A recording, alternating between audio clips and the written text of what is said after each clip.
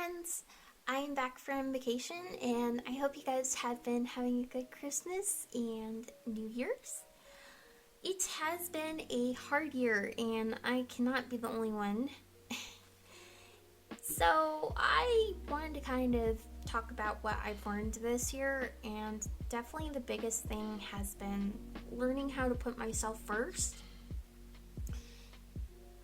And trigger warning, this is not going to be easy to talk about, but I hope it helps. So, back on October 23rd, I tried to end my life. And I'll get into that.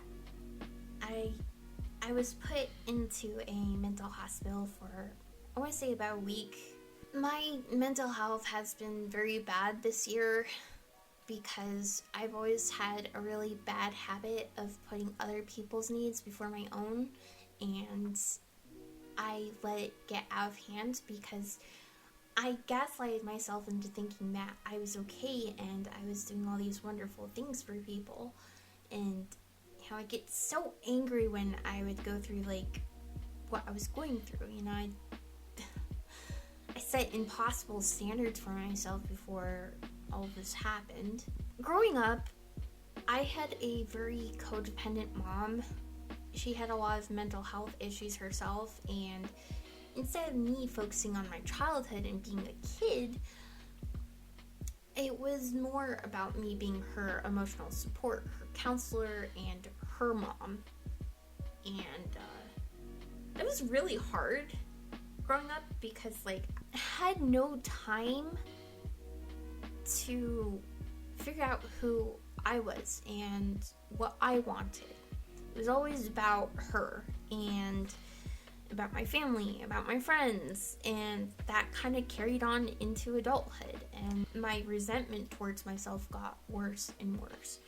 Because it's like, if you're in a partnership and your partner is doing all these things for their friends, they're being their emotional support, they're taking them out all the time, they're spending time with them, they're getting them gifts, whatever it might be, and they're not doing that for you. They're like, oh, I'm sorry, I'm too busy. Or it's like, maybe next time. Wouldn't you resent that person? Wouldn't you feel neglected? That was basically my relationship with myself for a very, very long time. I never felt very, ever good enough. I set impossible standards. I constantly thought that I was disappointing other people because I couldn't meet their standards, but in reality, I wasn't meeting my own standards for me. Also never felt like there was space for me in this world. I've always been very different. That doesn't mean I'm better than anyone else. It just means I've always had very niche interest, and the way that I think is very different from normal people. I never felt like I could be me. It always felt like I was a chameleon, like I was an actor. I've always hated conflicts because I grew up with it. It was a constant headache. And I really hate myself for being a liar. They might be feeling good, but I just feel like shit. I've faced a lot of rejection throughout my life, and whenever I would express my thoughts and my interests and my feelings, I either got shot down or I got rejected, or I was told that I was selfish for what I wanted. So I shut down. I kind of just hid within myself, and it always felt like I had to meet the expectations of others to be accepted so that I could accept myself. If other people accept me, then I have the permission to accept myself. And that would never happen because those standards would get higher and higher as I got older. It always felt like I was watching through a window and I was watching someone else's life. And it never felt like I could be on the other side. I could be outside this body. I could be someone. I could never be enough to show myself on the outside. I chose the wrong people Because when I would open up myself and those people would disappoint me and, say really awful things to me, it just kind of proved to the point that I was a freak and that I was defective. There was something wrong with me. And that's why it was really important for me this year to cut out people like that. So after my attempt, I realized that after losing almost everything,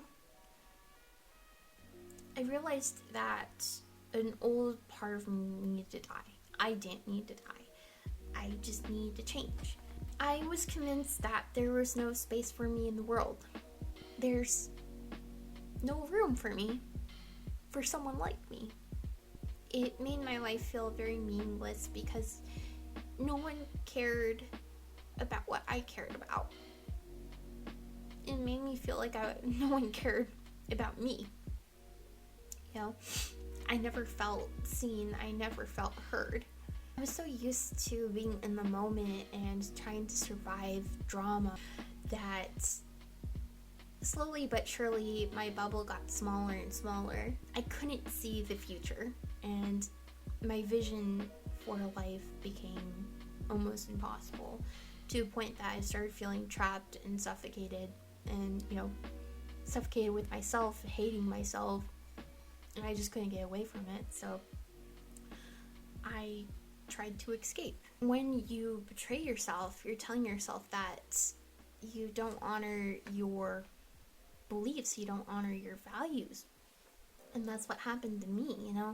I was in a lot of work situations that I felt was unethical. I was in other situations I just slipped by and I didn't do anything, and it's like, I'm a piece of shit. Not because I didn't meet a moral standard, but because I wanted to step in those situations and say something and do something, but I didn't. It goes with my boundaries.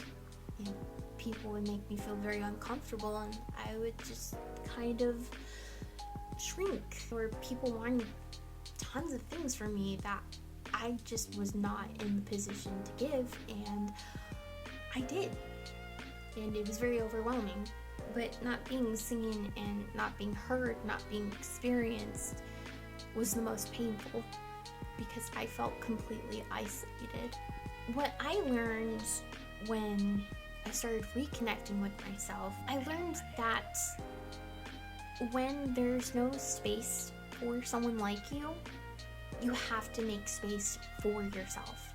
I've understood that offending people is hard. Like, someone's always going to be offended about something. And, taking that into account and learning that I could also rely on myself through those situations really helped. A lot of people are unreliable and have disappointed me and aren't trustworthy. However, when I started reconnecting with myself and proving that I could be the one that I could trust, and I could be the one that I could rely on, and be the one that could make me happy all the time, it really saved me. When I started doing that, I finally felt like I was my own person. What I want's important, and my boundaries are important.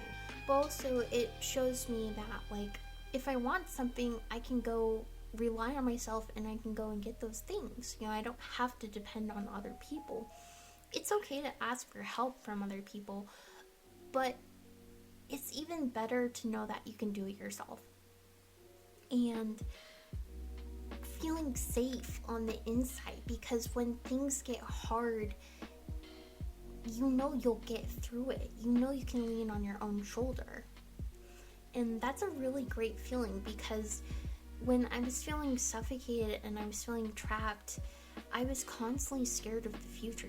I was always planning, always doing routines, just so I had some sense of security of the future.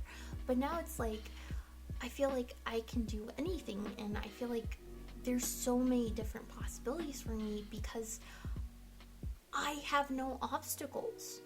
I can rely on myself when those bad things do happen. It feels great to have my own autonomy, to know what thoughts and beliefs are mine and what are other people. And I can actually see a future for myself unlike before, and that feels great.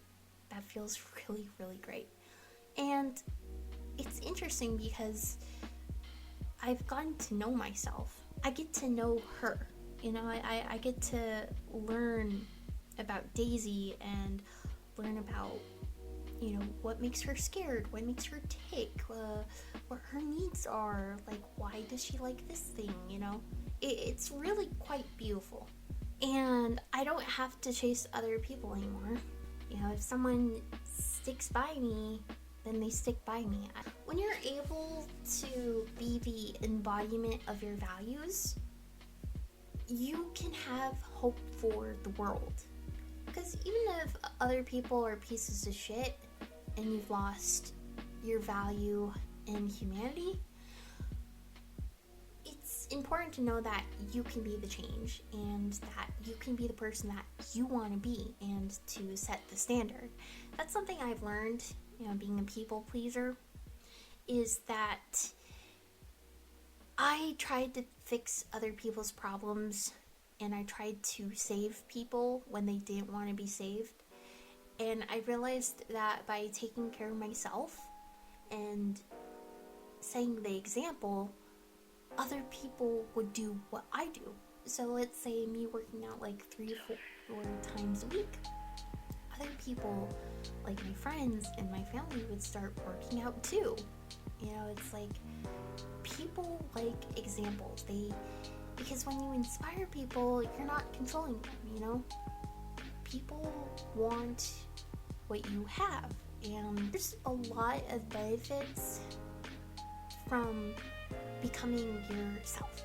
Because I feel like this feeling that I've been chasing most of my life, I finally have. Because most of the time, the feeling that I felt was through music and it was through art. But now that I have reconnected with myself and I have a safe space that I've made for myself to be me, I don't need music and art to connect with me, to be my most passionate and most authentic self. And that feels fucking amazing. It's freedom. And I hope to encourage other people to do the same. As far as the future of the channel, I've never been one to put myself inside a box, just doing art, just doing singing. I've always loved many different creative endeavors. I'm the type of person who doesn't like to talk big because I don't want the dopamine of when I tell people, because then I don't have the dopamine when I actually do that thing. But I will say that one of the things that I want to do for 2024 is I want to sing and I want to be on stage. I don't even know what's going to happen, which is kind of exciting. I also want to get into animation. I'm so sick of retail and dealing with entitled Americans. I don't know if that's just a California thing, but oof.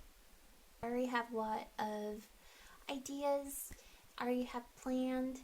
So yeah, happy 2024, guys. I know it's going to be good, and I hope to inspire a lot of people this year. Alright,